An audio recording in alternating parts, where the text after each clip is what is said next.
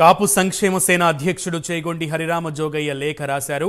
TDP Janasena బాగు కోసం నేనిచ్చే సలహా అధినేతలిద్దరికీ నచ్చినట్లు లేదని, అది వారి కర్మ అని జోగయ్య అన్నారు. ఇక నేను చేయగలిగిందేమీ లేదని హరిరామ జోగయ్య లేఖ రాశారు. పూర్తి సమాచారం మా ప్రతినిధి రాంబాబు అందిస్తారు. రాంబాబు, మొత్తానికి ఒకంత ఘాటుగా జోగయ్య స్పందించినట్లుగా తెలుస్తోంది. ఇరువురి నేతల మీద బాహాటంగానే విమర్శలు చేశారు జోగయ్య. పూర్తి సమాచారం ఏంటి? Thank you Sunil. నిన్న హరిరామ జోగయ్య ఒక లేఖ అయితే రాయడం జరిగింది. ఎందుకంటే రేపు తాడేపల్లిగూడెంలో జరిగే సభ కోసం ఏదైతే ఆ సభలో ఇరు వర్గాలు అదే ముఖ్యంగా చంద్రబాబు నోటి ద్వారా ఏదైతే పవన్ కళ్యాణ్ని రాజ్యాధికారం సగం పంచే విధంగా ఉండాలి, సీట్లు తక్కువ ఉన్నాయి, అలా అయితే జన సైనికులు కొంతవరకు సహకరించే పరిస్థితి ఉండదు అన్నట్టుగా లేఖ రాశారంటే ఈరోజు సభ కోసం నిన్న లేఖ రాశారు. ఈ నేపథ్యంలో ఈరోజు సభ సందర్భంగా పవన్ కళ్యాణ్ మాట్లాడుతూ నాకు సలహాలు ఇచ్చేవాళ్ళు అయితే అవసరం లేదు, సైనికులు కావాలి అని పవన్ కళ్యాణ్ పేర్కొనడం జరిగింది. ఈ నేపథ్యంలో వెంటనే సభ ముగిసిన కొద్దిసేపటికే జోగయ్య దీనిపై స్పందించారు. నేను ఏదైతే జనసేన తెలుగుదేశం పార్టీ బాగు కోసం నేను ఇచ్చే సలహాలు ఇస్తున్నాను, నా సలహాలు వాళ్ళకి ఉపయోగపడతాయేమని అనుకుంటున్నాను. కానీ నా సలహాలు ఈ అధినేతలిద్దరికి కూడా, అటు తెలుగుదేశం పార్టీ అధినేత చంద్రబాబు నాయుడుకి కానీ జనసేన అని పవన్ కళ్యాణ్కి కానీ ఇద్దరు అధినేతలిద్దరికి కూడా నచ్చినట్టు లేదు. ఇక అది వారి కర్మ, నేను చేసేది ఏమీ లేదు అంటూ కూడా చాలా ఘాటుగా స్పందించడం కాకుండా తన మనోభావాన్ని కూడా వ్యక్తపరిచిన పరిస్థితి ఉంది. అయితే కొద్ది రోజులుగా కూడా ఏదైతే కాపు సంక్షేమ సేన అధ్యక్షుడు చేగొండి హరిరామ జోగయ్య లేఖాస్త్రాలు సంధిస్తూ వస్తున్నారు.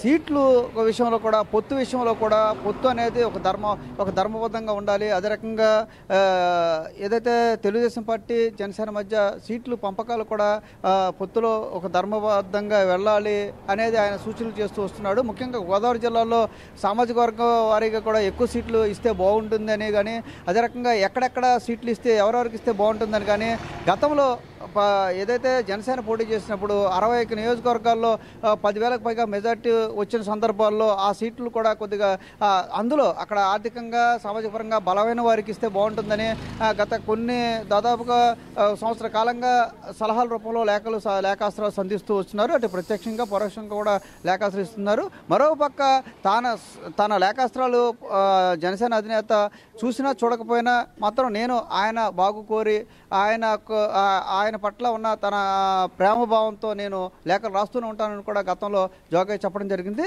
ఈ రకంగా జోగయ్య పవన్ కళ్యాణ్ వ్యాఖ్యలను బట్టి తను కొద్ది ఘాటుగా లేఖాస్త్రాలు సంధించారని కూడా చెప్పుకోవచ్చు. సునీల్, రైట్. రాంబాబు, అయితే ఆయన వెనక నడిచేటువంటి సేన కానివ్వండి, లేదంటే జోగయ్య అభిమానులు కానివ్వండి, ఈ విషయానికి సంబంధించి, ఎందుకంటే ముందు నుంచి కూడా అభ్యర్థులను ప్రకటించినప్పటి నుంచి ఆయన జోగయ్య ఫోన్ స్విచ్ ఆఫ్ చేయడం, ఆ తర్వాత కొంచెం విమర్శలు చేయడం, ఇప్పుడు బాహాటంగా ఒక లేఖ బహిర్గతం చేయడం, ఈ విషయాలన్నీ చూస్తుంటే జోగయ్య అసలు అంటే అంతర్గతంగా ఆయన ఏమనుకుంటున్నాడు అనేది ప్రజలకు చెప్పే ప్రయత్నం చేస్తున్నారని అనుకోవచ్చా?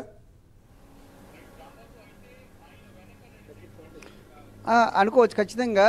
ఎందుకంటే పొత్తు కుదిరినప్పటి నుంచి కూడా ప్రతిరోజు కూడా లేఖాస్త్రాలు సంధిస్తూ వస్తున్నారు. ఎక్కడ కూడా జనసేనకు తగ్గకుండా, సీట్లు తగ్గకుండా ఉండేందుకు తన ప్రయత్నాలు చేస్తున్నాడు. గ్రౌండ్ లెవెల్లో జన సైనికులు ఏమనుకుంటున్నారు అనే విషయాలు కూడా లేఖాస్త్రాల ద్వారా ఆయన ప్రశ్నించడం కానీ, సలహా రూపంలో ఇవ్వడం కానీ చేస్తూ వస్తున్నాడు. అయితే మొదటి నుంచి కూడా జనసేన పార్టీ అంటే తనకు చాలా అభిమానమని, పవన్ కళ్యాణ్ అంటే తనకు అభిమానమని పేర్కొంటూనే తన సలహాలు సూచనలు తీసుకుపోయినా తాను లేఖల రూపంలో లేఖాస్త్రాలు ఎప్పుడు కూడా బహిరంగ లేఖాస్త్రాలు రాస్తానంటూ కూడా ఆయన పేర్కొంటూనే ఉంటున్నారు. అయితే సీట్ల విషయంలో ముఖ్యంగా పొత్తు కుదిరినప్పటి నుంచి సీట్ల విషయంలో జనసేనకు తక్కువ సీట్లు వచ్చిననే ఉద్దేశంతో ఎవరైతే జన సైనికులు క్రింది స్థాయిలో గ్రౌండ్ లెవెల్లో బాధపడుతున్నారు, అలా జరిగినట్లయితే ఏదైతే ఓట్లు షేరింగ్ సక్రమంగా జరగదు అంటూ కూడా ఇరు పార్టీలు కూడా సలహా ఇస్తున్నారు. జనసేన కనుక తక్కువ సీట్లు ఇస్తే ఓట్లు షేరింగ్ పూర్తి స్థాయిలో జరగదు, అలా ఇరు పార్టీలు కూడా నష్టం అవుతుందంటూ కూడా పరోక్షంగా ప్రత్యక్షంగానే ఇరు పార్టీలు కూడా సలహాలు సూచనలు చేస్తూ వస్తున్నారు.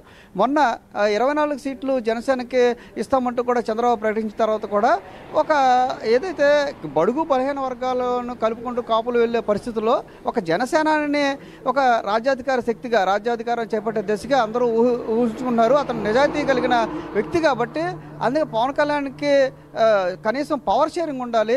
2.5 సంవత్సరాలు ముఖ్యమంత్రి పదవి కానీ లేకపోతే సీట్ల విషయాలు కానీ మొదటి నుంచి కూడా సలహాలు సూచనలు ఇస్తూ వస్తున్నారు. సీట్లు తగ్గినట్టయితే ఓట్ల షేరింగ్ కింది స్థాయిలో జరగదు. అందువల్ల మినిమం సీట్లు జనసేనకు కూడా ఇవ్వాలి. అలా ఇచ్చినట్లయితేనే జనసైనికులు కూడా సంతృప్తి చెందుతారు. అలా సంతృప్తి చెందినప్పుడే ఓట్ల షేరింగ్ జరుగుద్ది. అలా జరగటం ఇరు పార్టీలకు మంచిది. అలా జరగకపోతే ఖచ్చితంగా మరోసారి వైసీపీకి ఉండే అవకాశం ఉంటుందని కూడా జనసేన లేఖాస్త్రాలు సంధిస్తున్నారు.